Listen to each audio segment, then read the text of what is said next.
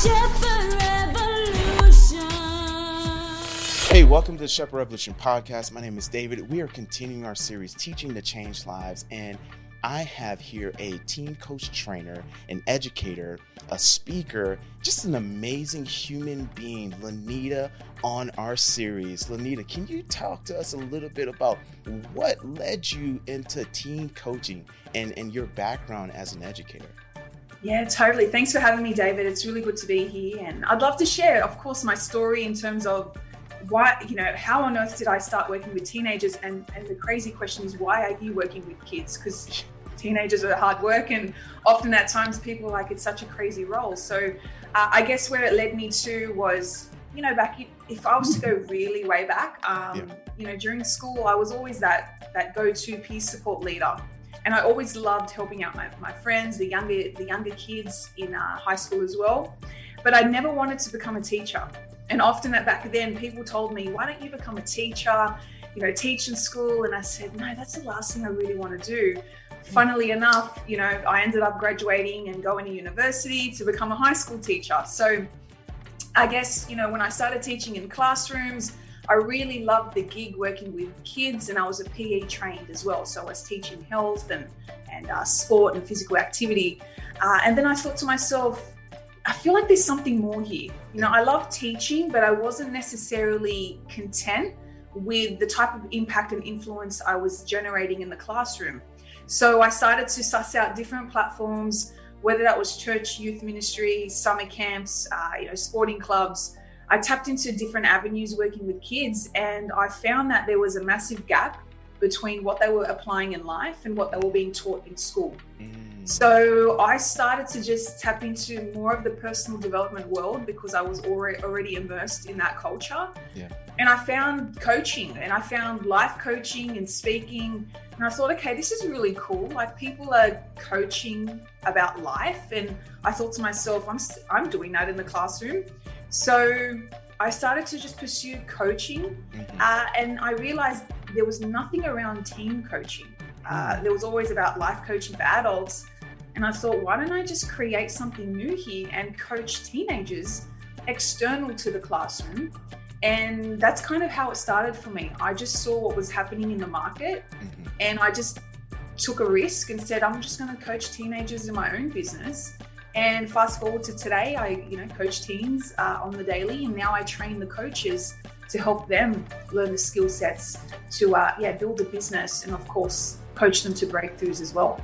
Wow. It takes like a visionary and a misfit and an innovator to see a gap and then come in and fulfill that gap. And you saw that they were coaching for adults, but they weren't coaching for teenagers. Like, what was that aha moment that made you say, okay, this is the path that I'm gonna choose to coach teens and then to coach coaches that coaches teens?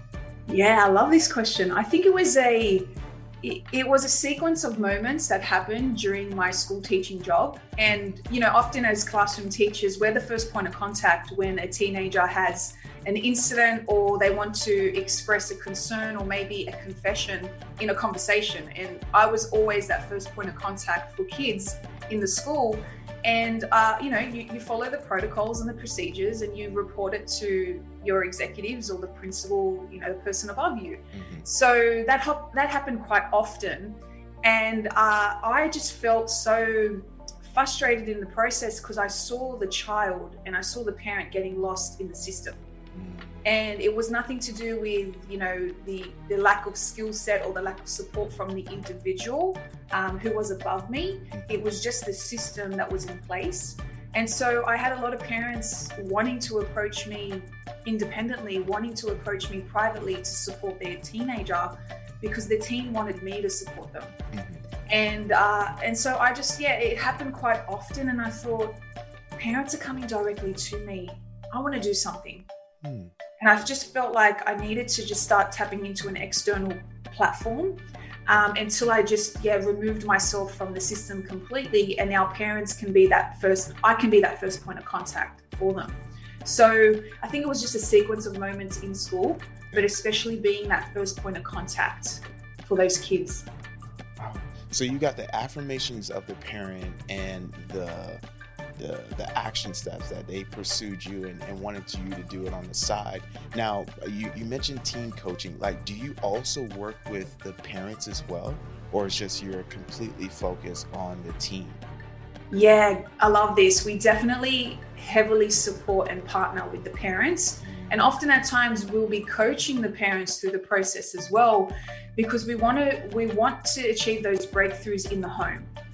And we want the teenagers to not only coach themselves, but also coach their friends and coach their parents and vice versa. So, and that's where we really heal the generational baggage. That's the generational cycle that we're trying to shift and change. It's through coaching. And so, yes, we definitely have to heavily partner with the parents. So when coaches come to me and say, hey, I just want to work with the kids, I'm like, well, forget about it, because you need to partner with the parents. And often at times you do need to coach them as well. Wow, that's so unorthodox, right? Because we think totally. We think of traditional school as, it just focuses heavily on the child. And the other piece of the equation, right, is to focus on the parent as well, because they're working in tandem, and the child is experiencing their home environment on a daily basis. So if the environment is toxic and unhealthy, they're going to be a byproduct of that. Or if the environment is positive and life-giving and inspiring, they're going to be a byproduct of that. So, like, what has been, when we talk about teaching to change lives, what has been the biggest challenge with coaching teens? Because you're a happy person, you're always positive for the most part, and you're encouraging and inspiring. But I know that there's some tough things when dealing with adolescents. What has been the biggest challenge that you have encountered coaching teens? There's a few, right? Teenagers, they're interesting. Like, there's a lot of, depending on the scenario, I think the biggest thing is the stigma around mental health and just the openness to express that something's not working. And teenagers often at times are in denial. Parents will come to me and say, hey, this is a concern. Then I'll have a conversation with the teen and they are like, everything's cool, everything's fine. I don't need help. So they are in denial a lot because of either scared of getting into trouble, scared of disappointing their parents, or maybe there's a lot of shame attached to maybe an inappropriate behavior that they have done. So that would probably be up there with the biggest challenge with teenagers, is just acknowledging that everything is not okay and that is completely okay. Yeah. And so we really need to try and remove the stigma and just show them that this is not failure, it's actually feedback. And let's talk about how we can actually fail forward. And we can actually, make a mistake quicker so we can learn and be better.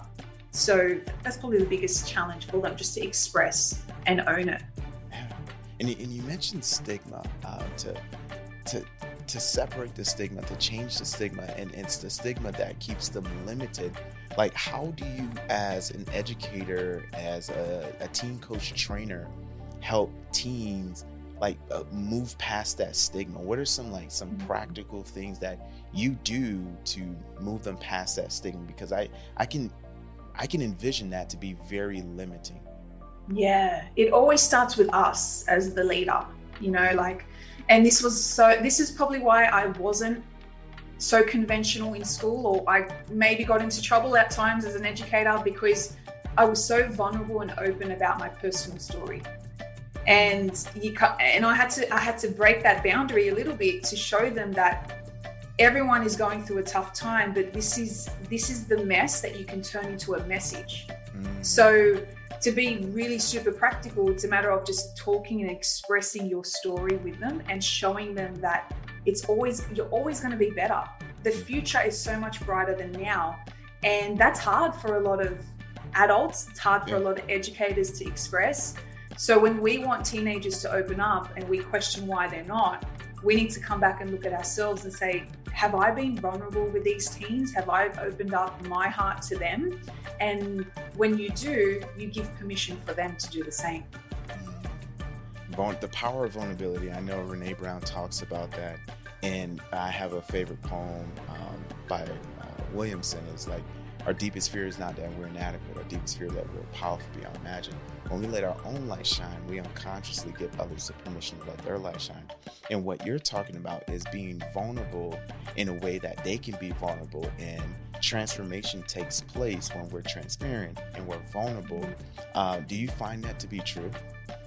110%. So true. And when we think that someone won't open up, it takes a bit of time, but eventually they will open up. You will become that go-to for them just because you took your time to build a human connection with them and really connected to their heart and made them feel special as well. And I think the biggest thing too is celebrating them when they do open up. So now you're shifting that belief about, if I express myself, I'm not going to get into trouble. I'm actually going to be celebrated. So they'll open up even more to you or to someone else that's the go-to. So yeah, I couldn't agree more with that quote. I think it's a powerful message. Wow.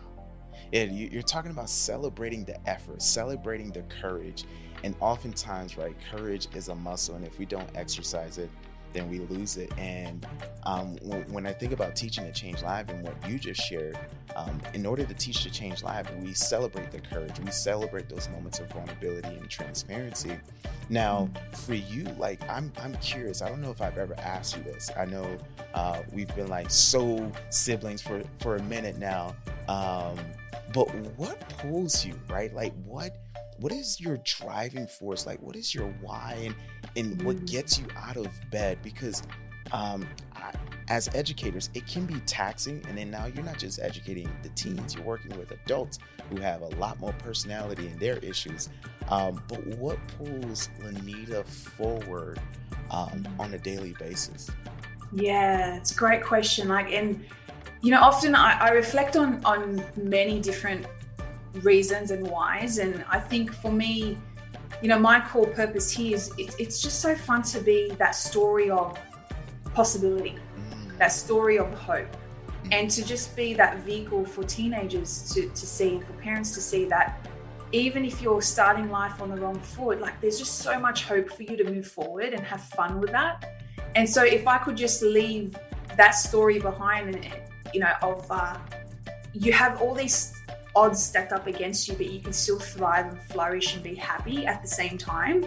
That's the message that I really want to leave behind for parents and their teenagers, that no matter what you're going through right now, like, you can still be happy and you can still be grateful for what's happening. And at the same time, you're going to be empowering other people to step into that as well. And for me, that's true happiness. For me, I'm very content with just simplifying why I do things on the daily, because you can get caught up with the movement and everything that you're building. But for me, it's that story of hope. The story of hope and being empowered and being a blessing and a lesson. And I'm just paraphrasing what you shared. You talked earlier about mental health. What does that mean? Because you talked about leaving a traditional school and stepping more into this sector, and that had to take an act of faith, and you had to have a strong mentality. And you said, like, mental health is what teens are being challenged with. What does it mean to you to have a strong mindset? For me, it's being able to be okay when things are not going right. Like, being open to the fact that you're going to have setbacks in life. So even though, like, hey, I'm really happy right now in this moment, I know tomorrow is going to bring a new challenge, but that's okay because I'm already taken care of.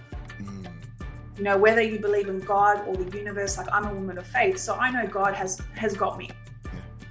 So when challenges come, it's a matter of, okay, well, this is feedback once again. It's a matter of just understanding what skills can I acquire to make sure that I can actually overcome that. And for me as well, it's all about mind growth. And when you think of mindset and you think of, when you set concrete in place and then it's stuck and then it's done, you can't even touch it anymore because it's set. Whereas when we think about mind growth, it's a matter of always transforming our mindset, our beliefs, our perspective, even our identity, and really just getting really just getting happy with the thrill and the chase of becoming a better person every single day.